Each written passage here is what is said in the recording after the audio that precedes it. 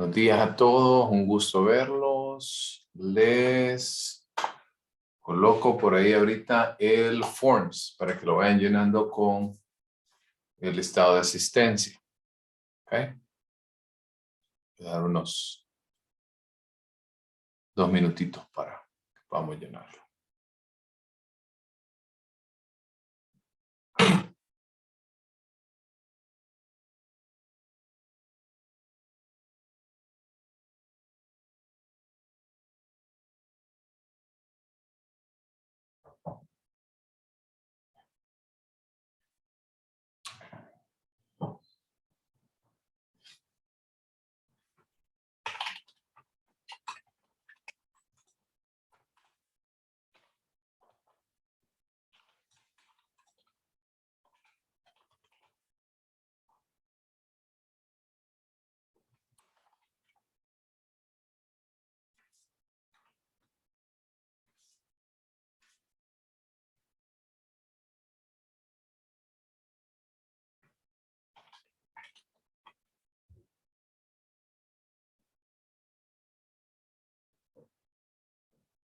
Ok, perfecto. Bueno, continuemos entonces con la sesión del día de hoy. Ayer les había comentado que tuvimos fue una sesión corta que decidí invertir un poco el rol tradicional que hemos hecho hasta este momento para poder enfocarnos en que ustedes fueran trabajando ya con su guía. ¿Ok? Entonces, hoy vamos a ver el capítulo 2, que es el nivel químico de organización. La presentación que le facilité el día de ayer está más concentrada que todo el capítulo. Sin embargo, ustedes consideran apropiado poder tener esto en consideración, pueden leer de repente una parte del capítulo número 2. Así que voy a iniciar a compartir pantalla y solo me confirmen, permítanme, solo me confirman si están viendo pantalla completa. ¿La pantalla completa ya? ¿Sí? Sí. Perfecto, gracias. Y si quieren podemos ir apagando entonces nuestras cámaras. Ok, entonces, vimos la semana anterior, vimos el capítulo número 1 ya, que es todo lo relacionado a los procesos de organización en el cuerpo. ¿Okay? Segundo. Ahora sí. Ok. Y habíamos visto que dentro del nivel más básico que nosotros tenemos en consideración es el nivel químico. Después habíamos visto el nivel celular, nivel de tejido, pero nos vamos a enfocar mucho en la parte química, que es la que va a abrirnos puerta para el siguiente punto, que es el nivel celular. Entonces, en cuanto al tejido químico, nosotros tenemos que empezar por la clasificación y organización de la materia, que ustedes probablemente ya estén un poco familiarizados con estos 3 estados. El primero de ellos son los sólidos, ¿verdad? Como hablando de nuestro cuerpo, huesos, dientes, que son compactos, tienen una forma y tienen un volumen definido. ¿Ok? También los líquidos, como por ejemplo el plasma sanguíneo, la sangre también como tal, tiene un volumen definido. Cuando hablamos de volumen, estamos hablando de, por ejemplo, 1 litro. ¿Okay? Eso es volumen, ¿sí? Pero que si ustedes lo ven, o incluso se los puedo mostrar ahorita, los que me vieron ahorita en teoría 1 me vieron con una taza distinta, ahora me ven con una taza más grande, pero al final el líquido es la misma cantidad. Solo que el volumen es el mismo, solo que lo que cambió es el recipiente, por lo cual tomó una nueva forma lo que lo contiene. ¿Ok? En el caso del líquido es mucho más fácil que se pueda adaptar entonces a nuevas especificaciones. Obviamente la materia sólida no puede o no tiene esta habilidad. Y el tercer punto, que son los gases. En el caso de los gases, como el oxígeno y el subproducto, que es el dióxido de carbono, no tienen ni forma ni volumen definidos. Y todas estas formas de materia, tanto vivas como inertes, están constituidos por un número limitado de componentes denominados elementos químicos. Eso quiere decir el oxígeno, el dióxido, los dientes, las uñas, el cabello, todo esto está formado por componentes que son denominados los elementos químicos.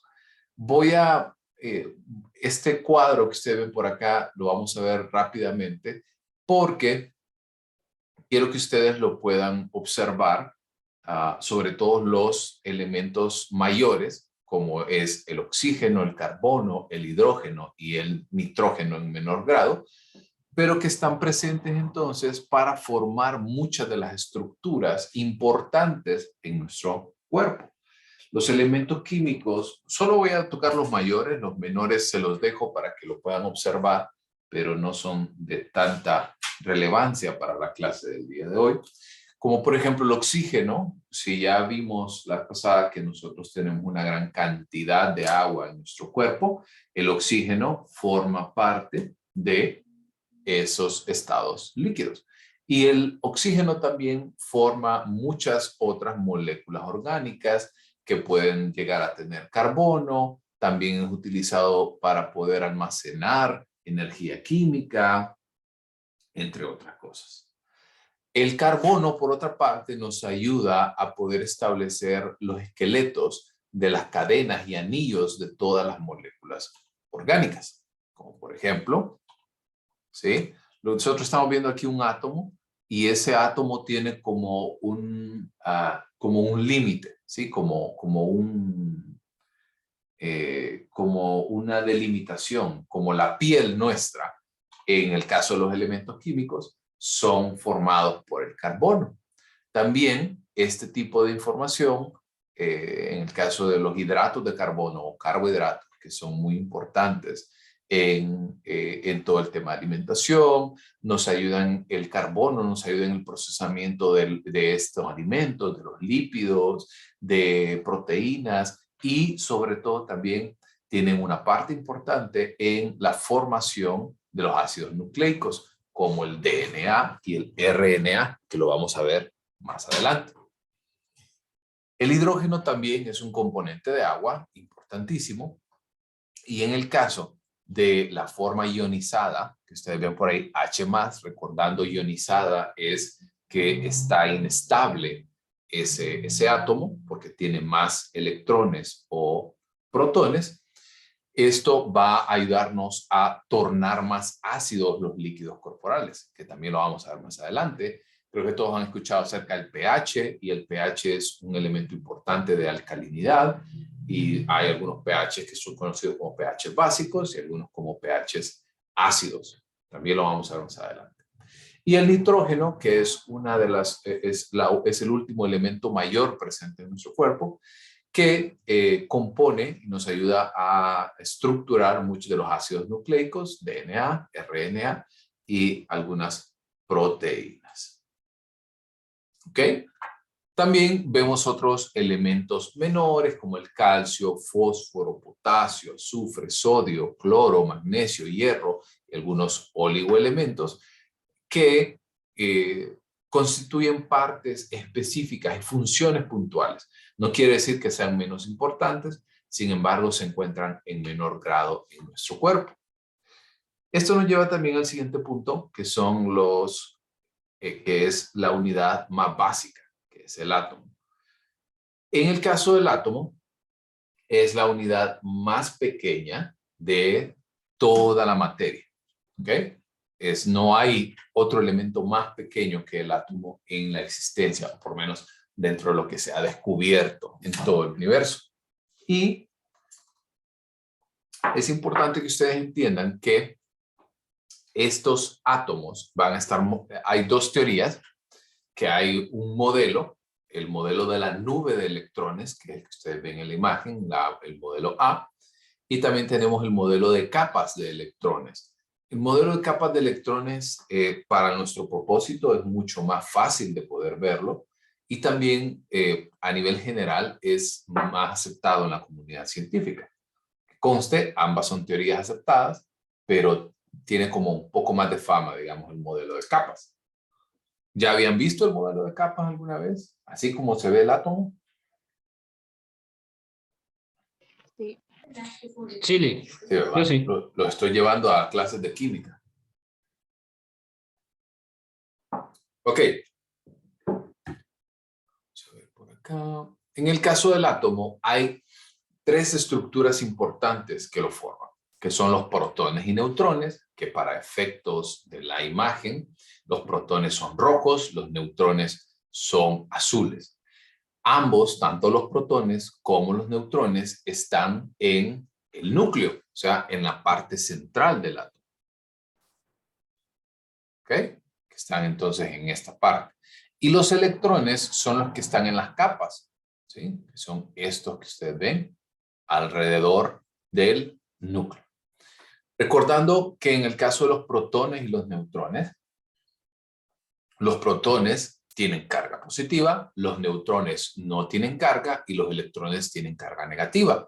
Recordando cuando hablamos de cargas, es cargas eléctricas. Y recordando lo que ustedes han visto y lo que vimos la semana pasada con respecto a las cargas eléctricas, las neuronas y todo lo relacionado con estos procesos. ¿Estamos bien? Sí. Ok. Los átomos son las unidades más pequeñas que conservan las propiedades y las características del elemento. En el caso de las capas, porque vamos a hablar de los modelos, y vamos a hablar específicamente del modelo de capas, el modelo de nubes el modelo de nube no aplica. En el caso del modelo de la capa de electrones, la primera capa, que es la que ustedes ven, que es la más cercana al núcleo, siempre va a contener 2 electrones. La segunda capa va a contener un máximo de 8 electrones. La siguiente va a tener 16 electrones y así sucesivamente. Hay algunos anillos que pueden llegar a tener, hay algunos componentes moleculares que pueden llegar a tener hasta 5 anillos, que si lo sumamos puede llegar hasta un número alrededor de 120 a 130 electrones. El número de electrones de un átomo es el equivalente también al número de protones, que conste. Esto es cuando se encuentra estable. ¿Hasta aquí vamos bien? Sí. Perfecto. Como cada electrón y cada protón lleva una carga, ya vimos, electrones carga negativa, protones carga positiva, se equilibran entre sí. Entonces, cuando lo vemos, el átomo estable tiene una carga total de 0. ¿Ok? Ya vamos a ver más adelante qué pasa cuando se ionizan estos átomos. Otra parte importante de los átomos son el número atómico, que el número atómico hace referencia al número de protones del núcleo. Y si, eso quiere decir de que si está estable, también tiene el mismo número de electrones en las capas. Por otra parte, el número de masa de un átomo es la suma de sus protones y sus neutrones. La masa atómica es la masa promedio de todos los átomos estables de un elemento dado en Daltons.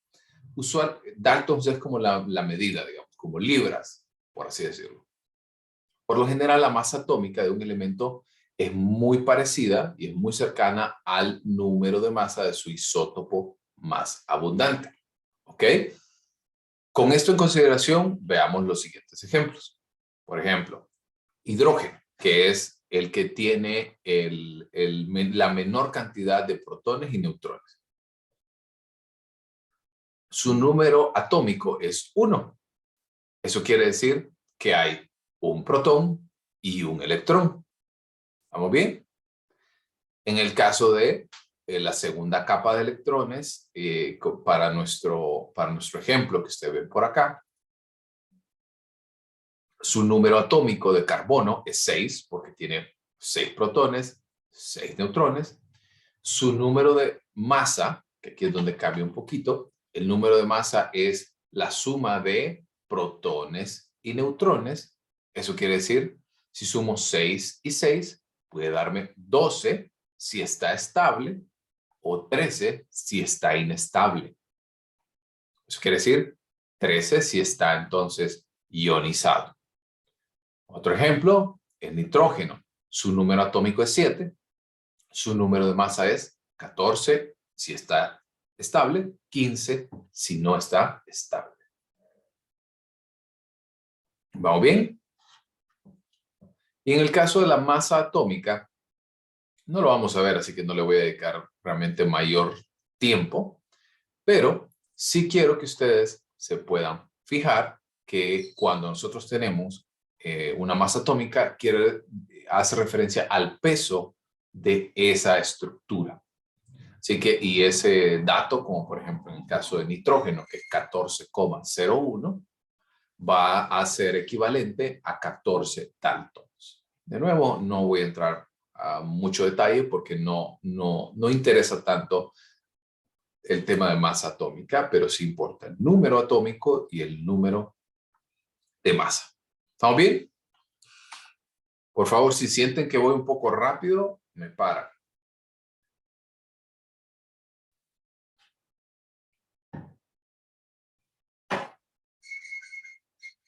Pues no, pues vamos bien. Ok. Hablemos entonces ahora de iones, moléculas y compuestos. En el caso de los iones, ¿sí? Debemos de entender que el átomo, ¿verdad?, tiene elementos que pueden perder, ganar o que también se pueden compartir. ¿A qué nos referimos con esto? Podemos ganar o perder o compartir electrones. Cuando esta molécula, cuando este átomo llega a entrar en contacto con otros átomos. Entonces, un ion es un átomo que tiene carga positiva o negativa porque tiene números desiguales de protones y electrones. Y la ionización es el proceso entonces de ceder o ganar electrones. ¿Vamos bien hasta acá? Cuando yo entro en contacto con otros iones, como por ejemplo, pensemos en la fórmula más clásica del agua, que es H2O. En el caso del hidrógeno, ¿verdad?, tiene un átomo, ¿verdad?, tiene un electrón, pero cuando nosotros entramos con dos átomos de hidrógeno, se comparten entre sí ese ion y esto permite formar esa doble molécula de hidrógeno con una de oxígeno para formar entonces el agua. Pero este proceso entonces de poder compartir o de poder ceder o de ganar electrones va a ser conocido como la ionización. Y en el caso, como el ejemplo que les acabo de decir, cuando dos o más átomos comparten electrones, la combinación resultante se denomina molécula. La fórmula molecular indica los elementos y el número de átomos de cada elemento que conforman una molécula. Eso quiere decir, de nuevo, volvemos al agua. H2, 2 moléculas de hidrógeno o una molécula de oxígeno. Entonces, esto es cada uno de ellos una molécula y si los unimos nos da como resultado una fórmula molecular. ¿Vamos bien? Chile. Chile. Perdón. Ok. Vamos al ejemplo. En el caso, el ejemplo A, que ustedes pueden ver por ahí, es una molécula de oxígeno. Ya habíamos determinado, ¿verdad?, que cuando están estables tienen el mismo número de protones y electrones. Y en el caso de ustedes que lo pueden ver, que ya entran en interacción, esas moléculas de oxígeno están estables, por ende no tienen carga ni positiva ni negativa. Pero, vean el siguiente ejemplo, el ejemplo B, tiene una nueva, un electrón de más, que es este que ustedes ven por aquí, que es este en blanco, y al ser un electrón impar, cambia entonces el estado de equilibrio de esa molécula, y al ser entonces un electrón impar, quiere decir, recordemos, el electrón tiene carga negativa. Eso quiere decir que la molécula entonces va a tener una carga negativa. Por ende, esto, cuando en el caso del oxígeno, nosotros tiene una carga negativa, se convierte en un superóxido. Y ese electrón impar recibe el nombre de un radical libre. Cuando pensemos en oxidación, no quiero que piensen en la típica oxidación de un hierro, ¿verdad?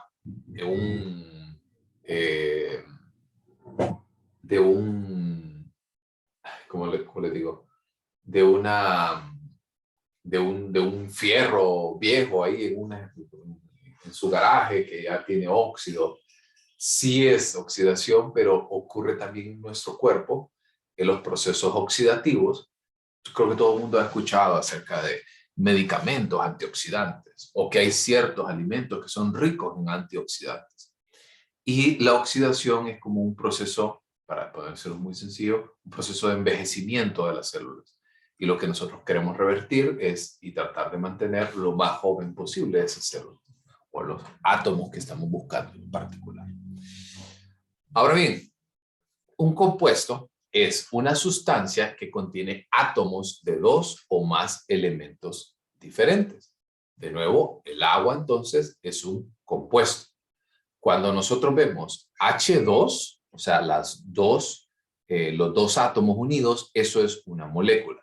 Pero cuando le agregamos H2 y O, nos genera un compuesto. ¿Me entiende? ¿Sí? Sí se entiende.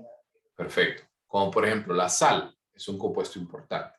La sal está compuesta por sodio y por potasio. Entonces, si yo coloco una molécula de sodio y una molécula de potasio, juntos me dan un compuesto.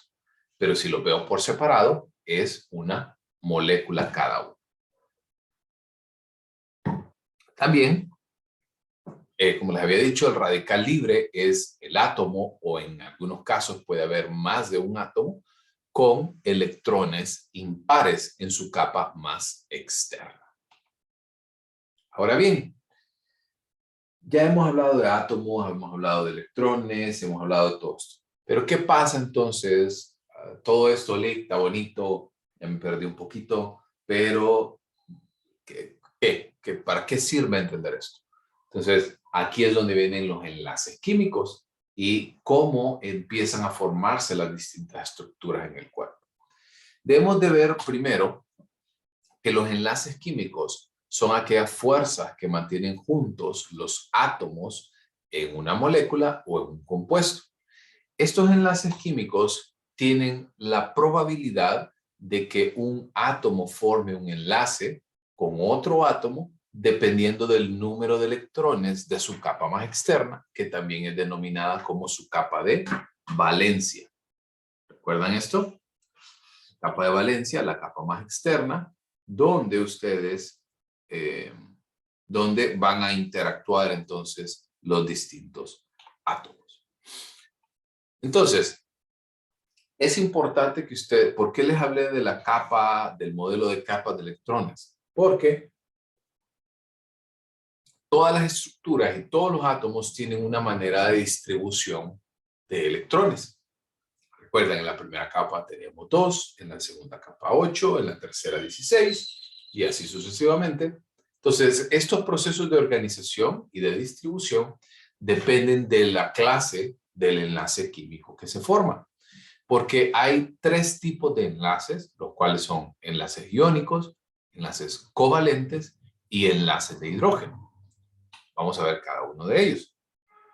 Por ejemplo, en el caso de los enlaces iónicos, aquí lo que hace es que se unen estos dos átomos, pero cuando nosotros vemos este proceso es ganar, en el caso, por ejemplo, tenemos una estructura de sodio y una estructura de cloro y un átomo de cloro. En el caso de cloro, por ejemplo, tiene 7.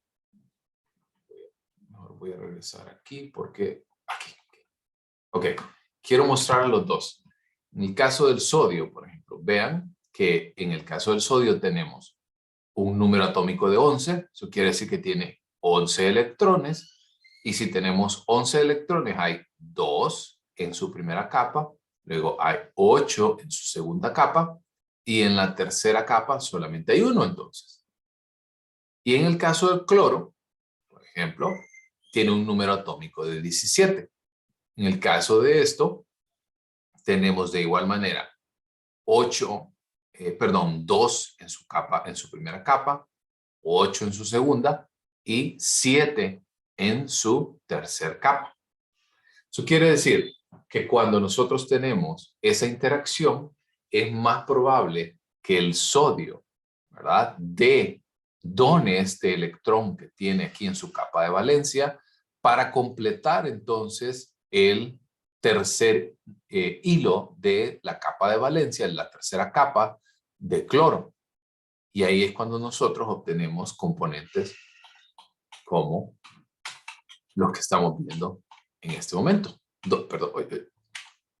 Perdón. Donde entonces nosotros vamos a otorgar, en el caso del sodio, otorga ese electrón, porque al tener esta particularidad, el cloro, ¿sí?, se vuelve negativo porque tiene un electrón más que su protón, y en el caso del sodio se vuelve positivo. ¿Y por qué es positivo? Porque dona un electrón y entonces hay más protones que electrones. ¿Se entiende hasta acá?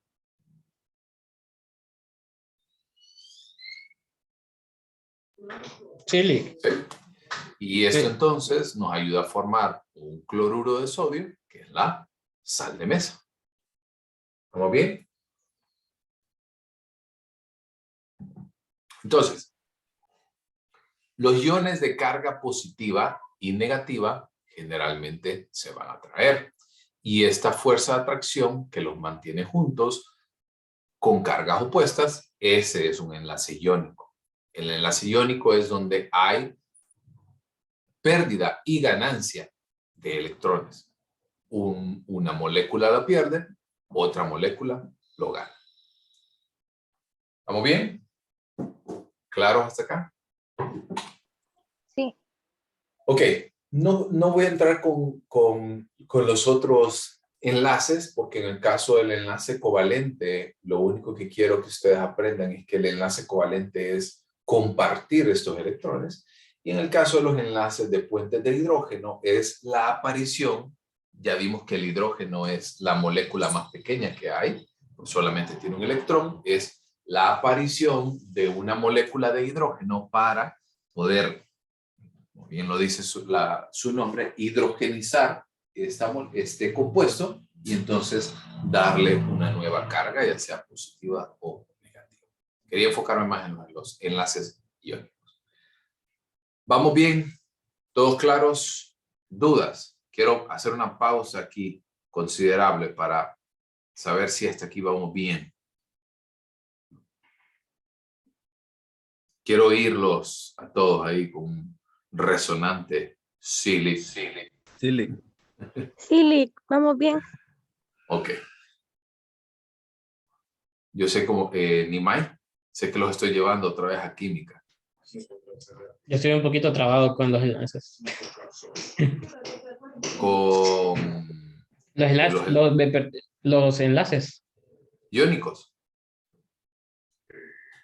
Con todo precisamente con el covalente. No, el covalente no le quiero dedicar tanto tiempo porque el covalente no lo vamos a, no es algo que ocurra tan frecuente en nuestros temas de trabajo que estamos viendo.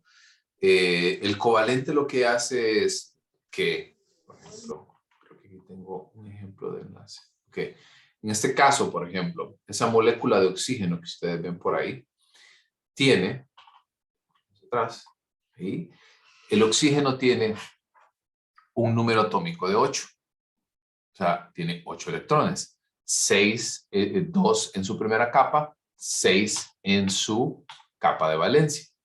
Pero cuando nosotros unimos, por ejemplo, aquí volviendo a la imagen, A, vemos que hay 1, 2, 3, 4, 5, 6, 7, 8. Pero a su vez entonces también hay una estructura adicional que le presta porque entre ambos se hacen este equilibrio. Y al tener entonces esa molécula de oxígeno, tiene los mismos electrones, tiene los mismos neutrones, tiene una carga neutra, no es ni positivo ni negativo, pero cuando se prestan esos electrones entre sí, permiten llevarse a cabo otros procesos, como en el caso de la oxigenación, por ejemplo, o cuando ya se vuelve negativo, vuelve al proceso de superoxidación, que es lo que les comentaba acerca de del envejecimiento de las células. Y en el caso de los puentes de hidrógeno, como les digo, no es tan, no es tan frecuente porque esto entra ya en un poquito más de temas de hidrogenización, que no lo vamos a ver, y realmente por eso me enfoqué solamente en explicarle los enlaces iónicos. Y en el caso de los enlaces iónicos, ya sabemos que entre dos moléculas que tienen cargas opuestas se van a atraer, y entonces uno va a ceder una molécula, un electrón, perdón, y el otro lo va a tomar. Ahora sí, un poquito mejor. Sí, cheque. Perfecto. ¿Alguien más? ¿Duda de algo que no les haya quedado claro?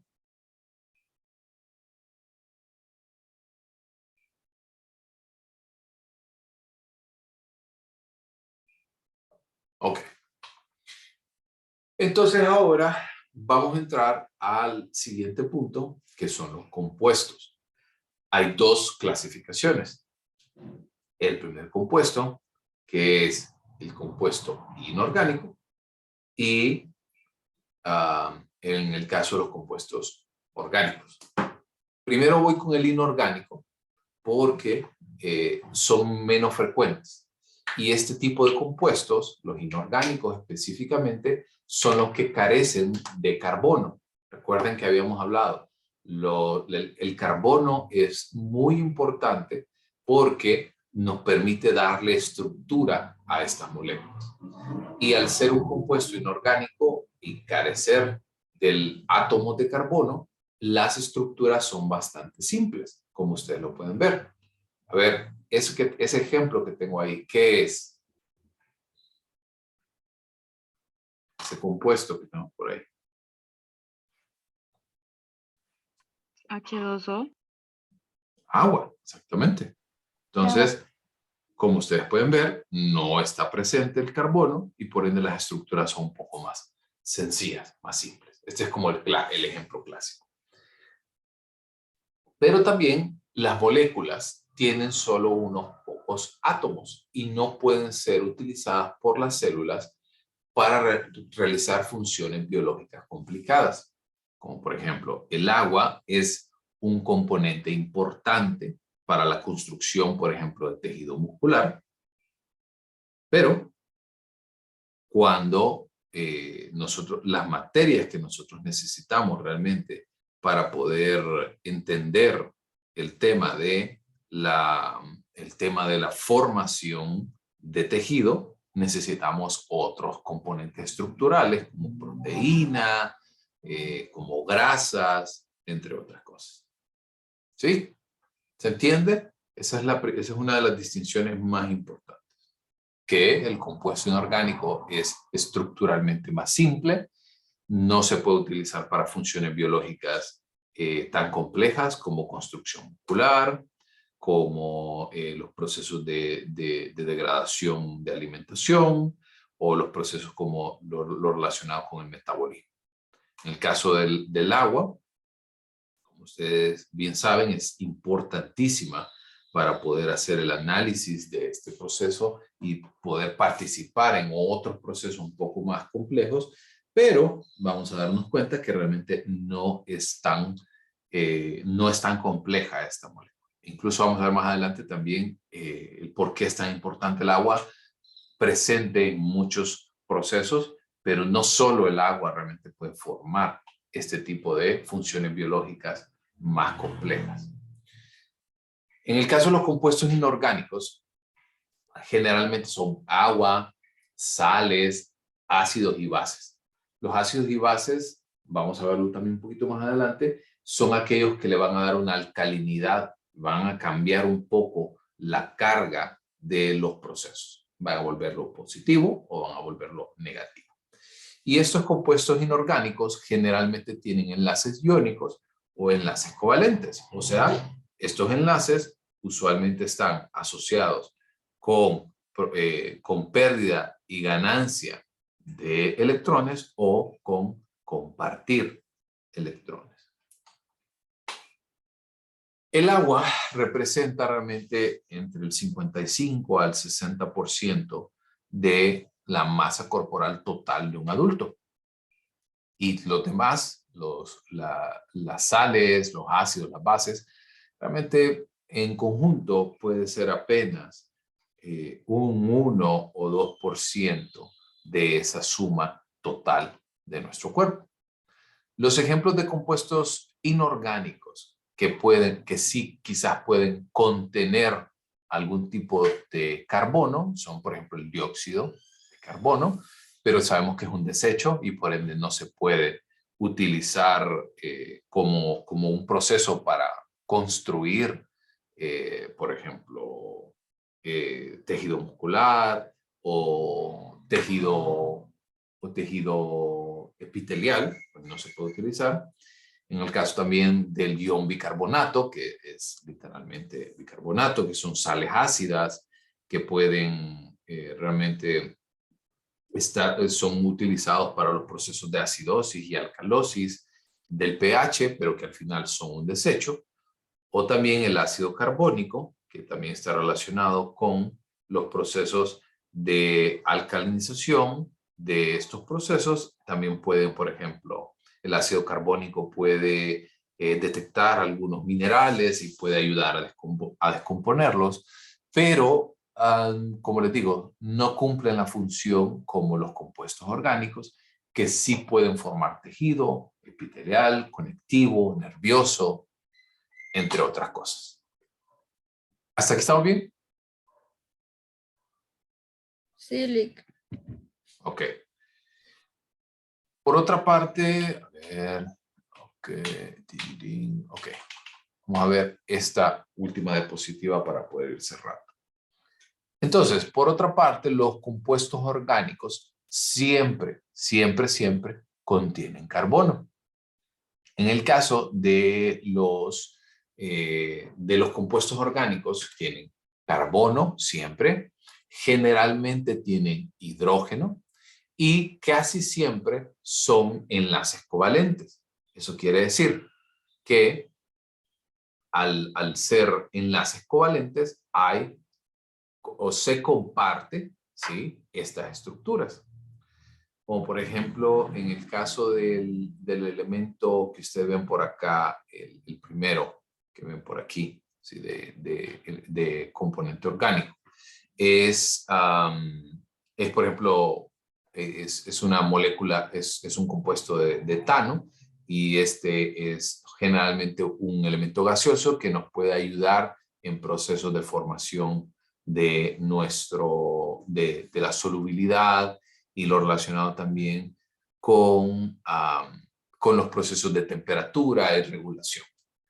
Por otra parte, podemos ver también que este tipo de moléculas volviendo al término de compuestos orgánicos, son moléculas grandes y generalmente están formadas por componentes de cadenas largas de átomos de carbono. Los compuestos orgánicos generalmente hay entre un 38 a un 43% del cuerpo humano, dependiendo mucho también de los procesos de hidrogenización, o sea, de los procesos y de la presencia de agua en el cuerpo. ¿Hasta aquí vamos bien?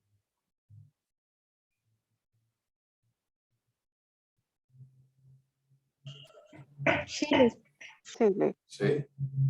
Ok. Perfecto. Y vamos a ver. Ok. Esta parte lo vamos a ver mañana. Mejor lo dejo hasta aquí para ir resolviendo dudas o preguntas con respecto a lo que acabamos de ver.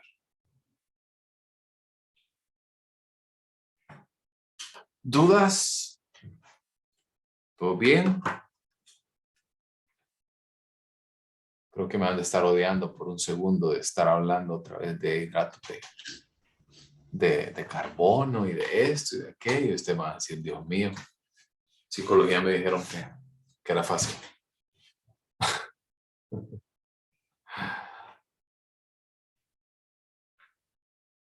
Creo que no hay dudas. ¿No?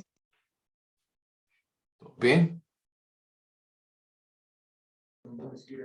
Ok, Todo bien, Lick, de momento. perfecto.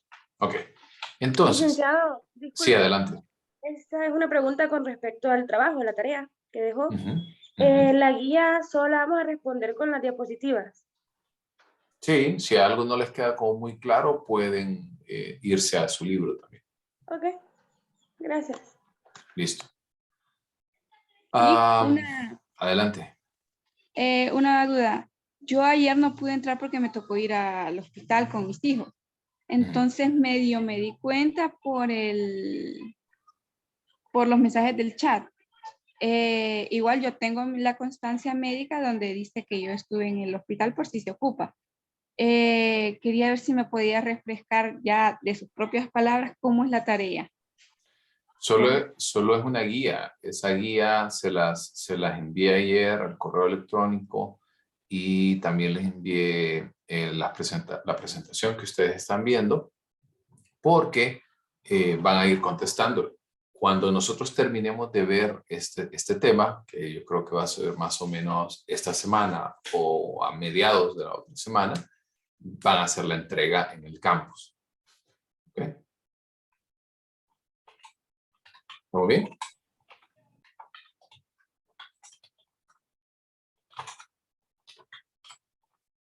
¿Sí? Ok. Perfecto. Si no hay más dudas, recuerden, solo un recordatorio. Mañana yo no los puedo ver.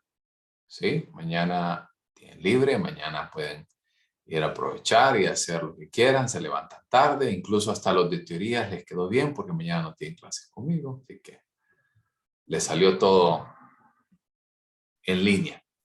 Pero el viernes nos vemos, ¿verdad? En el horario ya acordado previamente. ¿Ok? Así que feliz día, jóvenes, y nos vemos el viernes. Feliz día, Lick. Gracias. No, Lick. Buen día. Gracias, licenciado. Gracias.